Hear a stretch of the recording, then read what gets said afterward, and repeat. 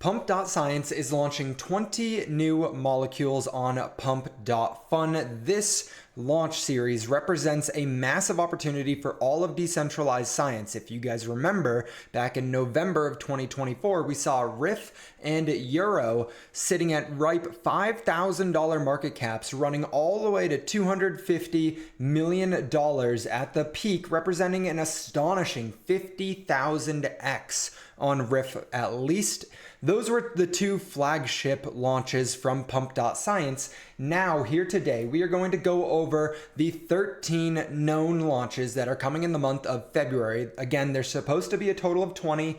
I can only find 13 so far. We're going to go through these launches. We're going to go through what the compounds are and kind of what my thoughts are along the way. And if you guys stay tuned to the end of this video, I'm going to give you my thoughts on Pump Science, as I know there is a lot of drama around Pump Science and what they're doing here on Solana's chain.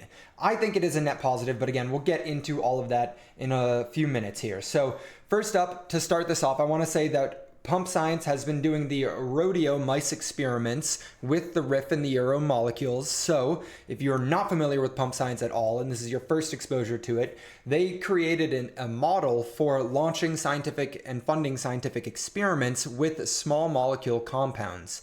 Now, the first two were two molecules, RIF and Euro, and they had their each respective tickers, RIF and URO, on Solana's chain. They used the bonding curve on PumpFun to launch a token. They immediately sniped, I believe, $5,000 worth of that token, and at incremental market cap milestones, they sold off a small section of their supply, that $5,000, in order to fund a series of experiments. First in worms, testing the compound in worms, then testing the compound in flies, and finally mice. And we are on the mice stage of the experiment. The goal for at least RIF and Euro is to see if they can increase the lifespan or the energy that these organisms have, in this case mice. And the ultimate goal is to run this all the way to clinical trials and actually create a supplement line around some of these small molecule compounds if they can actually prove to be fruitful. And so far, I believe these experiments have been going wonderfully. I don't think RIF can become a supplement because it's an antibiotic, but Euro can if it all continues to go forward. But that's besides the point. The rodeo experiments have been going pretty good. 2,500 viewers, which is insane to see that from 6 hours ago. Also, one thing that I want to mention here is that this entire experiment with Pump.science has been shedding just massive light on decentralized science because it's something fun, and they've introduced even a betting market, like a secondary market, so people can come actively bet on which mice are going to perform the best.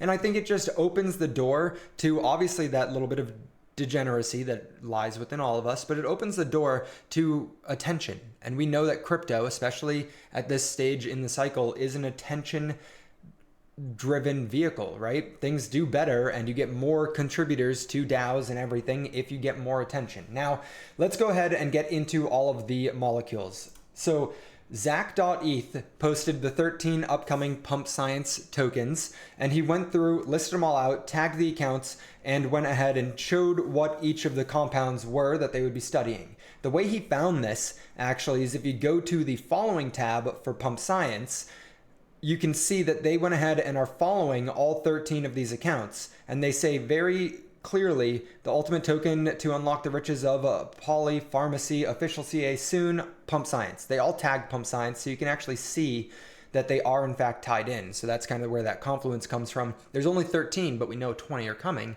So pay attention to who Pump Science begins to follow so that you can stay ahead of the curve here and kind of see what new ones are going to be coming, because there's 7 more that we need to take into account. But before I get into showing all of these, I want to read to you guys kind of what actually is going on, because you'll notice that some of these molecules or some of these tokens are representative of more than just one small molecule, where in Riff and Euro's case, it was just Riff or Euro. It was individual molecules that they were testing. But with most of these, I'm noticing that there's two molecules involved. And so I kind of just want to explain the ideology behind this. So I asked ChatGPT two questions. First one's very simplistic. I didn't know how to word it. So I said, why do some supplements have two small molecules in the mixture and are considered different enough to qualify for intellectual property? It went ahead and answered me here, and it said synergistic effects are number one. If two molecules together produce an effect greater than the sum of the individual effects, synergy, this can be considered novel and non-obvious, qualifying for a patent. Example, a combination of these two enhances one of those bioavailabilities, meaning its conversion in the body. It's body availability. Number two was novel mechanism of action. Even if both molecules are known, their combination might interact with biological pathways in a new way. So sometimes things will inhibit one another, sometimes they will enhance one another, sometimes there is no effect. And so each mixture represents a different impact on the body. Number three, unique formulation or delivery system. If the mixture uses a specific ratio, encapsulation method, or novel excipient that improves absorption, stability, or targeted delivery, it can be patentable. Then we have four, unexpected results. If research shows that the combination has an unanticipated benefit, it might qualify for IP.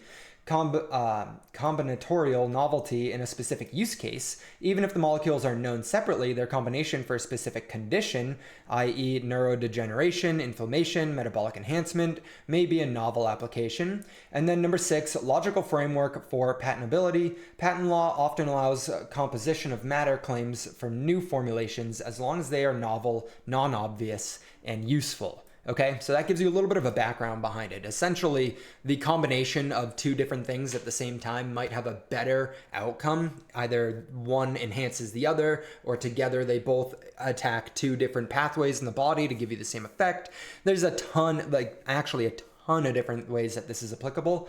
And so that kind of lays the foundation for what's going on in these experiments, as again, most of them are multiple small molecules. Most of them are combination. Now, we'll get back to this part in a second, remind me. Also, remember to hit that like button, please, on this video, especially if you enjoy things decentralized science, as we talk about decentralized science all the time on this page. If we go through the 13 known accounts, you'll notice a couple unique things that are different from these batches compared to Riff and Euro. Not all of them are doing this, but this first one up on the list, Artemisinin, they did a pre-sale, and I believe they raised nearly $1 million for this pre-sale, which is actually very crazy to see.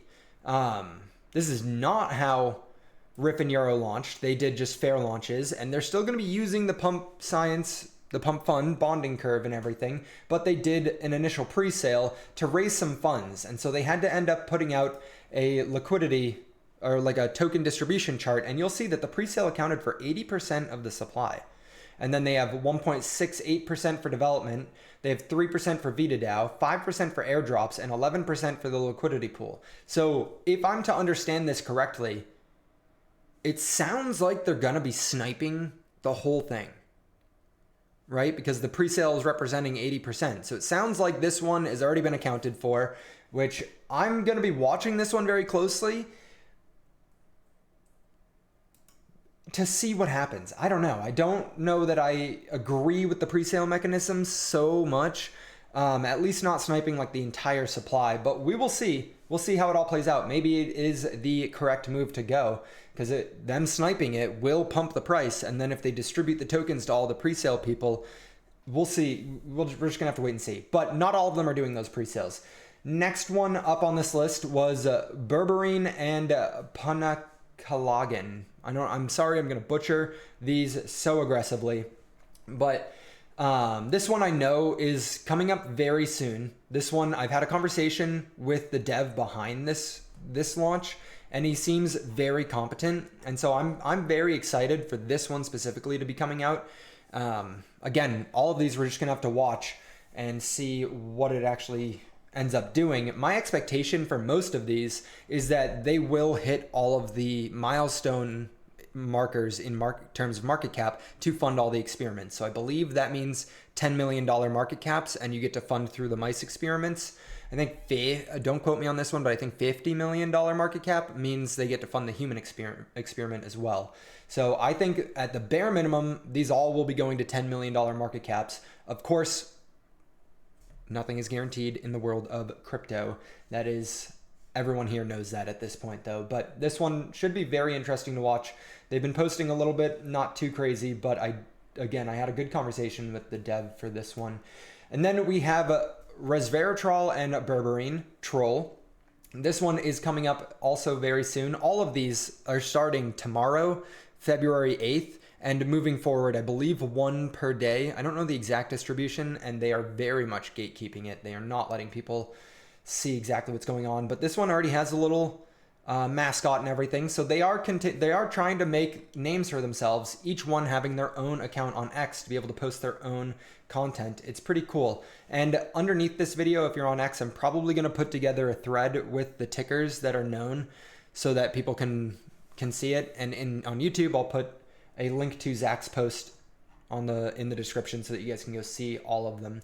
There is one other one that was doing a pre-sale, but we're going to get through all of these individually before we go to the pre-sale. We have Longevity Labs, Ginsenoside, RH2. No official token yet, but a lot of them you'll notice are in partnership with VitaDAO, and that's because these are longevity-focused compounds. They're trying to just see if they can make the mice live longer, if they can make everything run smoother. I believe this person had reposted one of my pieces of content, and so I had a little keen fondness in my heart to the person. Maybe I'm conflating them. They all sound so similar, but that's okay. Next up, we have DeSci Forge, and so this person gave a full breakdown, a full plan on what's going on with it. So DeSci Forge, so what's the plan? Our first project explores how caffeine and aspartame impact longevity, as mentioned in the collaboration with Pump Science, Molecule, and VitaDAO. So it sounds like this one will have multiple launches. I could be mistaken. I might be reading a little bit too deep into between the lines here, but they said our first project explores caffeine and this other drug compound, and they're in partnership with Molecule and VitaDAO. And if we go to Gossipol and catechin hydrate, you'll see that they also did a tokenomics breakdown, meaning they're probably also going to have some sort of a pre-sale coming up soon. But you'll see they have 79.3% for the bonding curve. They have 15.7% for liquidity pool, 5% for airdrop, 4% for team devs, and 0.99% for the research. So I like this distribution a lot better than the other one. I don't see anything on it for pre-sales, so maybe they don't end up doing a pre-sale. But ticker GOSSY, ticker Gossi, it is something that's going to be coming out very soon. So you can see the full fundamental breakdown of what they plan to do with all of the tokens. It is really nice to see this. It is really nice. And I'm curious who the airdrops will go to. Probably Riff and Euro. Right, that makes the most amount of sense here. And they also have a little mascot here, so pretty cool, pretty exciting to see. Funded by VitaDAO, coming soon. No token live yet on Solana. Next one up is EGS, coming soon, backed by VitaDAO again. They are actively doing a pre-sale right now. By the time you're watching this, might be over. Yeah, not a lot of money raised for this pre-sale so far. If you go look on SolScan, last time I checked, they had around $200,000 raised. So they'll be taking that, I'm assuming, to snipe the initial launch and then distribute out to everyone based off of how much money they raise is based off how much you get for the token and everything. And then the CA will drop after the pre-sale ends. I'm curious if this will drop today or if we're going to have to wait a few days. They didn't specify it exactly. Next up, we have berberine and biotin, which is, again, this one's not from VitaDAO, at least it sounds like, but it's coming up soon. All of them are coming up soon. And it's unique seeing each one have their own content strategy behind it. And then we have Palm T, urolithin A, and EGCG. You recognize Euro from Euro, one of the flagship molecules. they are combining it with EGCG to see if it can enhance some of the benefits of Euro, which is pretty cool to see. I feel like I'm on repeat, just cool to see. But the end of the day, we don't have a ton of information for any of these. We have Berberine and Quercetin, Longevity Labs. They've not posted much at all. And then we have Hesperidin DHM. Again, not really posting too much yet. But they did have a scam token come out, so don't fall for the scams. Wait until you see official announcements from all of these accounts before you just jump in anything. Finally, we have EGCG, which is, I believe, the same compound as here, EGCG, Euro and EGCG, and then this one is just EGCG. So that one will be cool to see. They are one of 20 pump science compounds coming out in partnership with VitaDAO and Pump Science. And finally, we have just caffeine. Longevity effects of caffeine, question mark? Are we going to live forever because I have 20 cups of coffee? We will see. I'm curious to see how much caffeine they'll be giving all of these creatures in order to like see the actual effects of everything. Now, this is where I'm going to tell you about all of the launches. And I guess I could have partnered it up with the other ones as I was going through, but again, you can go through and follow all of the accounts, but Berberine and Quercetin. Berberine is a metabolic regulator that improves insulin sensitivity, lowers blood sugar, and supports cardiovascular health. Quercetin is a flavonoid with anti-inflammatory, antioxidants, and antiviral properties, enhances nutrient absorption. So the theory here is that the quercetin will increase the bioavailability of the berberine, which will also complementing its metabolic effects, potentially improving glucose regulation and mitochondrial functionality. I know I said a lot of intense words, but basically the quercetin will help with the berberine making your mitochondria, which we all know is the powerhouse of the cell, produce more energy, so thus more longevity effects.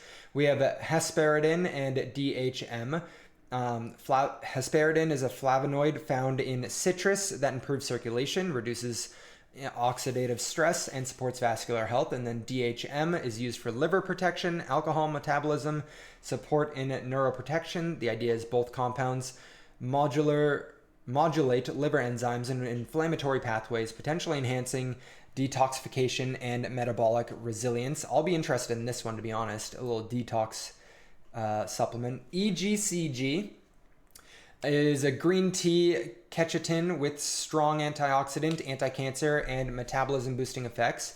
Theory is that it works well with fasting and calorie restriction, enhancing autophagy and mitochondrial functioning. So it sounds like it's going to be one of those anti-cancer medications, right? It's just an extract from green tea, which is cool because then you can make a supplement around it if you want to, green tea extract, but one specific molecule focused on working alongside that fasting to destroy potentially mutated cells. Resveratrol and berberine.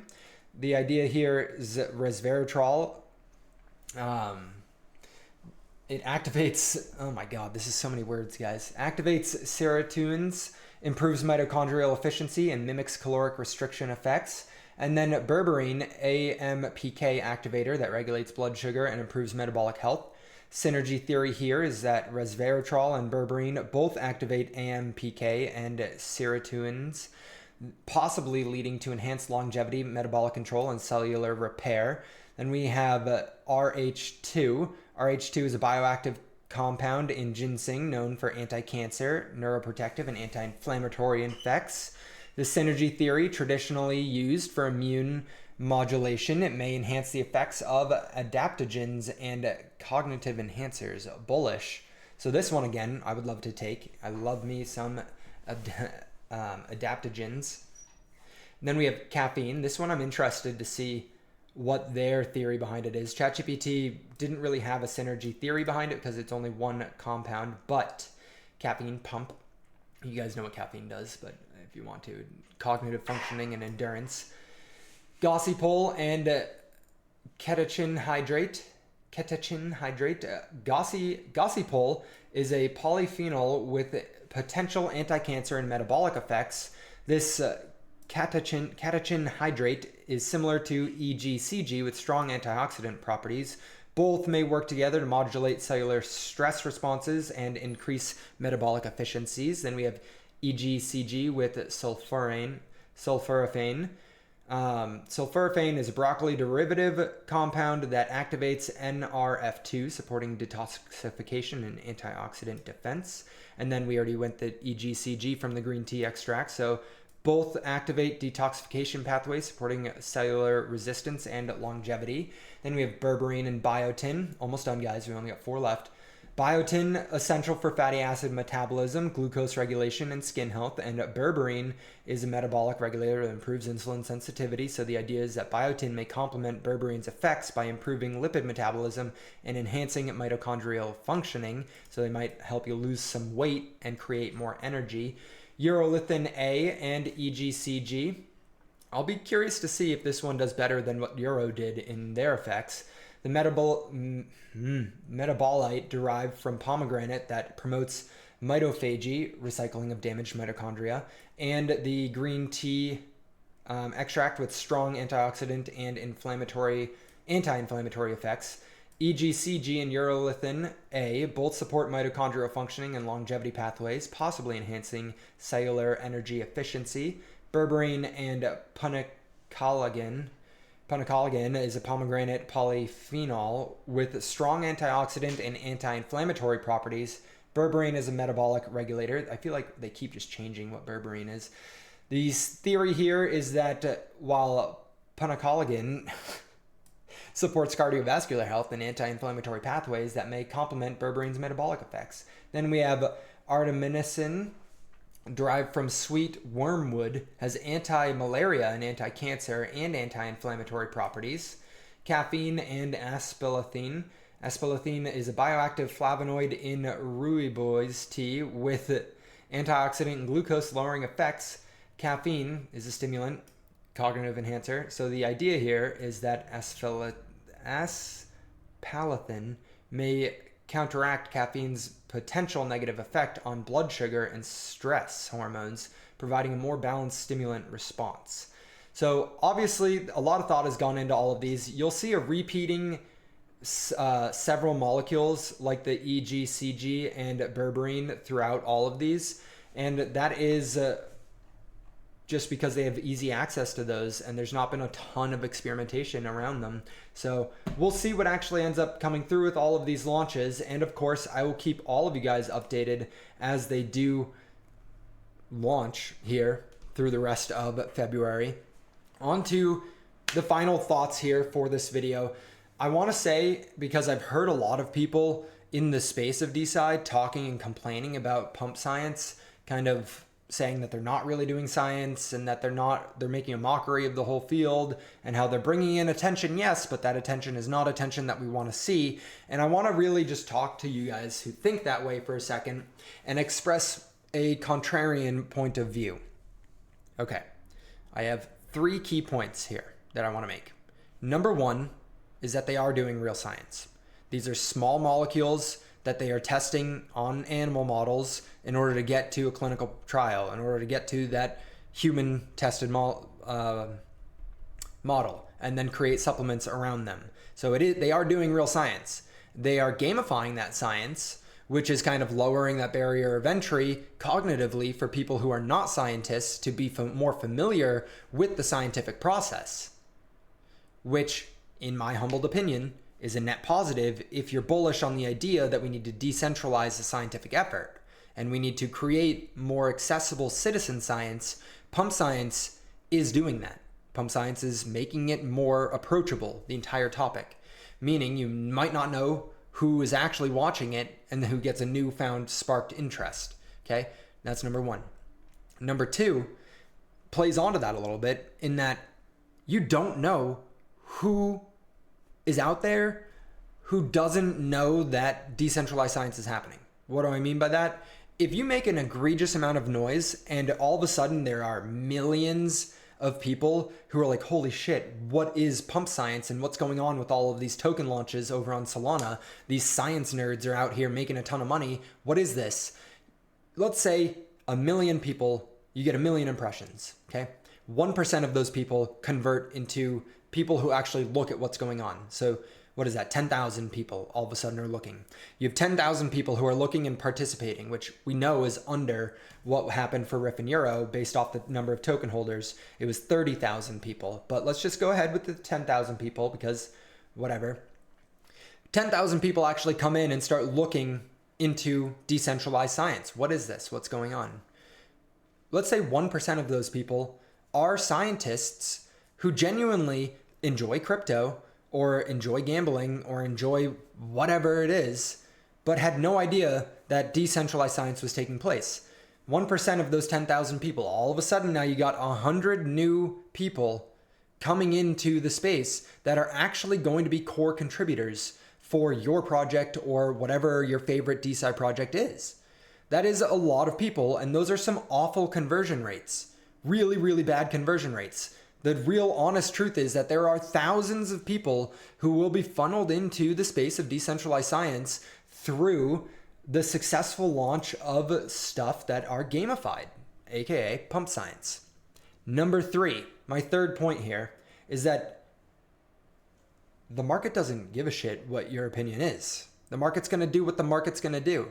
And if the market enjoys gamification of science, if the market enjoys predictive markets behind FDA approvals or scientific approvals, or if a mouse is going to stay on a rod for an extended period of time, then the market dictates what happens. And ultimately, evidenced by Solana being not the greatest of technology, not the greatest blockchain, but having most of the user activity in all of crypto because they made a ton of noise. And I've repeated this so many times. They've made so much noise, got so many users that developers were forced to go build on top of Solana, despite it really not being super friendly or even that decentralized, but whatever. So the winners of whatever you want to call this explosion of decentralized science, this new emerging field within academia, the winners are going to be the people who are able to gain the biggest market share by making the most amount of noise and following that up with real research and real implications, real life utility. That's at least just my opinion based off of what we've seen all throughout history. I think that we are going to have several winners come out from these experiments that are going on. Now, your time is your most valuable asset. Hopefully this was worth investing it into. I appreciate all of you guys sitting and listening to this video. It's a little bit of a longer video, but we had a lot to go over. Of course, guys, I will try and be live for when some of these launches happen, but there is no promises. The only thing I can promise is that I will continue to keep y'all updated when I find new information. Peace.